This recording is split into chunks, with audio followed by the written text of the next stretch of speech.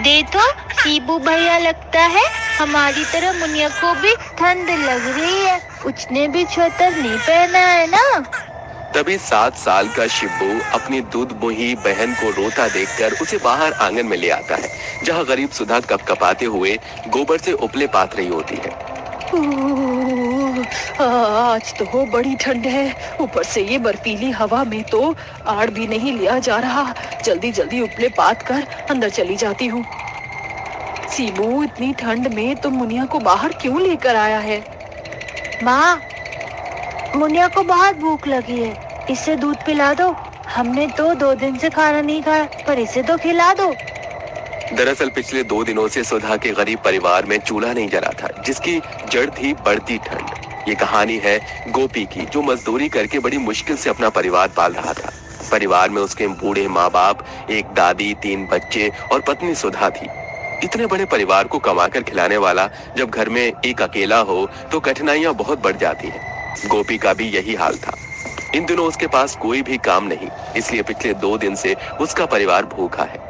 सुबह से शाम ढल गई, तभी पिंकी भूख भरी नजरों से देखती है और पूछती है, माँ, बहुत जोर से भूख लगी है। बाबूजी खाना लेके कब आएंगे? बाबूजी खाना लेकर आते ही होंगे पिंकी, बस थोड़ी देर और। हे ईश्वर, दया करना, आज इन्हें काम मिल गया। पिछले 2 दिनों से माँ जी, बाबू जी, दादी जी और बच्चों ने कुछ भी नहीं खाया। आज ये राशन लेकर ही लौटे। तभी ठंड से कपकपाते लड़खड़ाए कदमों से गोपी अंदर आता है। अरे गोपी, आ गया तू? बेटा, मेरी दवाई लाया है क्या? नहीं दादी माँ, आज भी कोई काम नहीं मिला। पूरी सड़क पर ठंड से धुंध छाई हुई है। काम के लिए तो मारा मारी है। कहाँ तो बाकी के दिनों में सड़क पर खड़े 100 मजदूरों को भी काम मिल जाता है, पर आजकल तो बड़ी बड़ी गाड़ी वाले बाबूजी आते हैं और बस 1 से 2 मजदूरों को ही बिठा कर ले जाते हैं। तुम सबका भूखा चेहरा मुझसे देखा नहीं जाता। क्या करूं, कुछ भी समझ नहीं आ रहा। इतना लाचार हो गया हूं मैं कि अपने परिवार को कमा कर भी नहीं खिला पा रहा। गोपी को इस तरह से रोता देखकर उसके भूखे परिवार की भी आंखें भर आती है। तभी गोदावरी उसका पिता धामू कहते हैं, अरे गोपी, रो मत। और ये ठंड का कहर तो हम जैसे गरीबों के परिवार पर हर साल गिरता है। ईश्वर की दया से हम अभी सांस ले रहे हैं। हाँ गोपी बेटा, वैसे भी इंसान होने के नाते सुख और दुख भोगना तो हमारे भाग्य में लिखा है। दुख में भी पूरा परिवार एक दूसरे को हिम्मत देता है, पर गरीबी के चलते उस रात उन्हें भूखा ही सोना पड़ता है। उस कड़कड़ाती ठंड में ले देकर उनके पास एक फूस की झोपड़ी ही थी और न ओढ़ने को कंबल, न बिछाने को बिछोना, जिससे पूरा परिवार पुले के बने एक चटाई पर ही कांपते ठिठुरते बड़ी कठिनाई से रात काटते। वहीं अमीर लोग अपने बड़े घरों में महंगे हीटर लगे क्वार्टर्स में नरम रजाई ओढ़कर सोते हैं। भूख से बेहाल पूरा परिवार रात भर सो नहीं पाता। तभी भूख से 75 साल की बूढ़ी दुलारी की हालत एकदम बिगड़ जाती है। हे ईश्वर! अरे अम्मा, तुम ठीक हो? तभी दुलारी एकदम से आंखें मूंद लेती है। धामू की आंखों से टप टप आंसू गिरने लगते हैं। अम्मा, अम्मा आंखें खोलो। हे भगवान, अरे और कितने जुल्म ढाएगा तू हम पर? बाबूजी, बाबूजी, बाबूजी, तुम घबराओ मत। दादी माँ को कुछ नहीं होगा, इन्हें अस्पताल लेके चलते हैं। दोनों दुलारी को बोरा ओढ़ा देते हैं, जिसके बाद गोपी उसे पीठ पर लादकर चल पड़ता है। ठंड इतनी थी कि पूरी सड़क धुंध से घिरी हुई थी। बहती ठंडी बर्फीली हवा रूह को कपा रही थी। ठंड ने इंसान तो इंसान, जानवरों का भी बुरा हाल कर दिया था। थोड़ी देर में अस्पताल आ जाता है। जैसे वो अस्पताल में पहुंचते हैं, हर इंसान महंगे स्वेटर जैकेट पहने होते हैं। डॉक्टर साहब, देखिए ना, मेरी दादी को क्या हो गया है? अरे रे, ऐसे कहां घुसे चले आ रहे हो? देखो, अभी पहले ही पूरा अस्पताल बतेरे मरीजों से भरा हुआ है। जाओ, कल सुबह आना। अरे डॉक्टर साहब, बाबू, यहाँ मेरी माँ की जान जा रही है और तुम कहते हो कल सुबह आना। अरे क्या गरीबों की जान की कोई कीमत नहीं, बोलो? कभी वो निर्दयी भगवान रुलाता है तो कभी भूख रुलाती है, और कभी तुम जैसे बड़े बड़े लोग।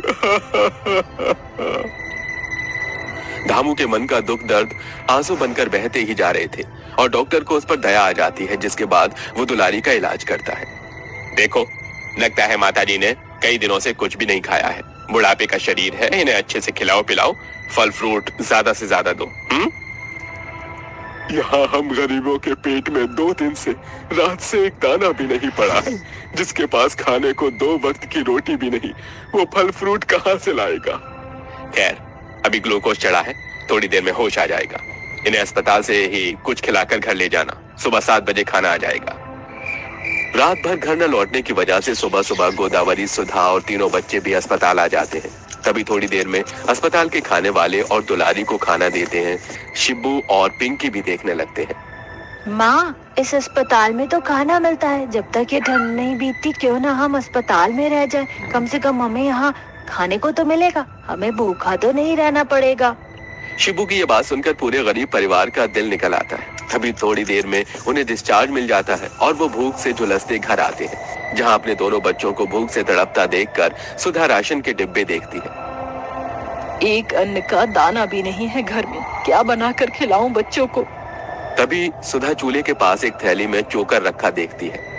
एक काम करती हूँ, अभी के लिए इस चोकर से ही रोटी बना करके खिला देती हूँ।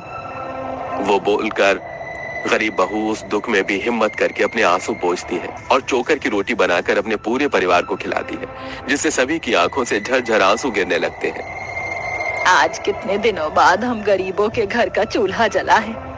माँ, आधी रोटी और दे दो, मेरा पेट नहीं भरा। हाँ, ये ले पिंकी। माँ जी, बाबूजी, एक एक रोटी आप दोनों भी ले लीजिए। जानती हूँ ये चोकर की रोटियाँ आटे की रोटी जैसे मिठास से नहीं भरी होंगी। अरे बहू, भूख में तो रूखा सूखा भी अमृत होता है। ईश्वर ने आज हमें रोटी दी, वही बड़ी बात है। आज का दिन तो जैसे तैसे कट गया, मगर मुझे जल्दी ही कुछ करना होगा। अपने परिवार का लगातार भूखे रहने के कारण कमजोर होता शरीर देखकर गोपी को बड़ी चिंता होने लगती है और वो अगले दिन एक नई आस के साथ काम ढूंढने जाता है। उस दिन रोज के मुताबिक ज्यादा ठंड थी। गोपी के शरीर पर एक फटे जामे के सिवा कुछ भी गर्म कपड़ा नहीं था, जिसमें उसे बड़ी ठंड लगती है।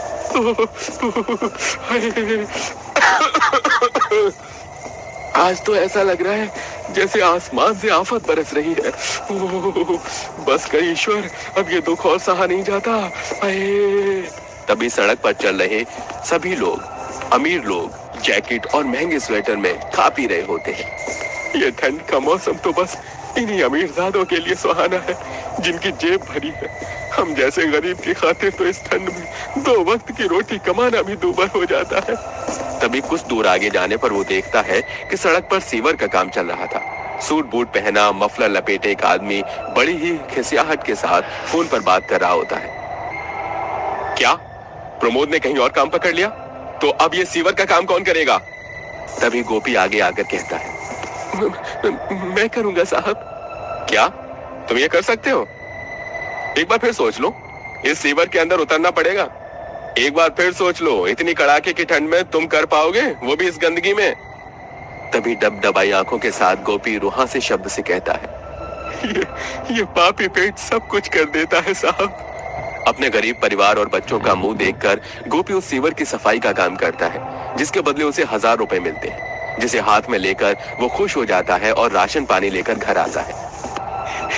ये लो सुधा, मैं राशन पानी ले आया हूँ, जल्दी से सभी के लिए खाना बना दो। जी, अभी बनाती हूँ। सुधा जल्दी से राशन पानी ले जाकर खाना बनाकर सभी को परोसती है। माँ जी, बाबूजी, खाना बन गया है। माँ, जल्दी से मुझे खाना दे दो, बहुत भूख लगी है। आज तो मैं पूरी 2 प्लेट दाल भात खाऊंगी और मैं अभी पेट भरकर खाऊंगा। हाँ मेरे बच्चों, आज तुम दोनों पेट भरकर खाना। बहू, हमारे साथ तू भी खाना आकर खा लेना, ताकि तुझे भी दूध उतर सके और उस मासूम बच्ची को भी उसका आहार मिल सके।